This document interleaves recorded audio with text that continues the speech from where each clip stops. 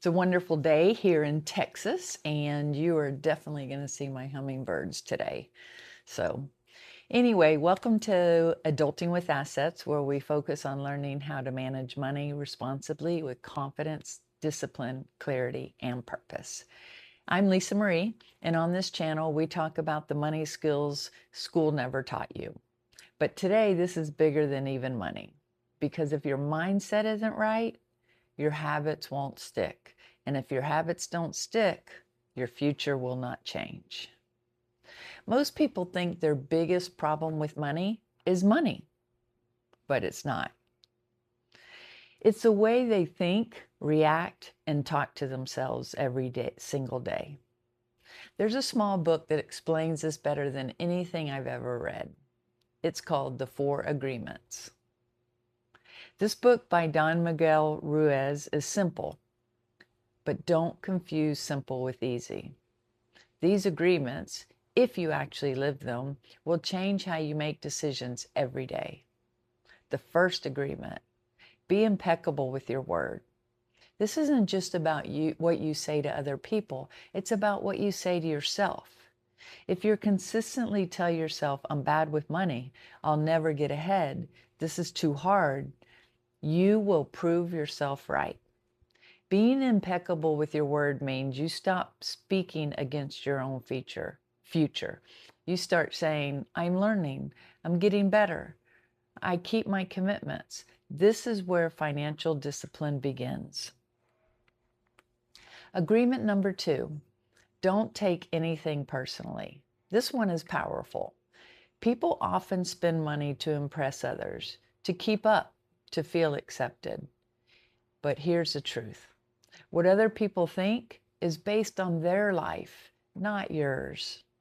When you stop taking things personally, you stop comparison spending, you stop trying to look successful, and you start building actual stability.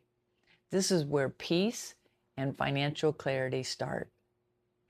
Agreement number 3, don't make assumptions. We all know what assumptions mean.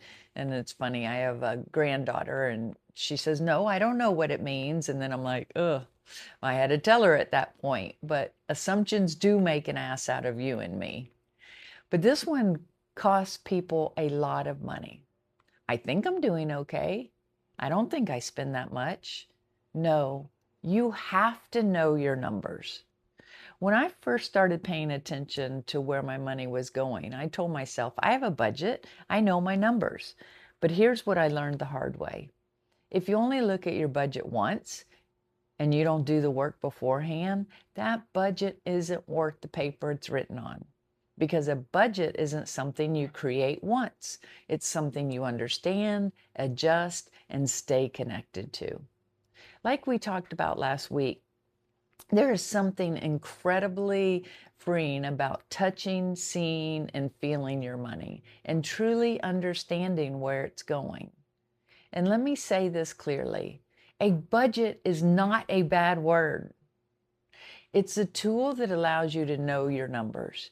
And when you know your numbers, you start to take control of your future.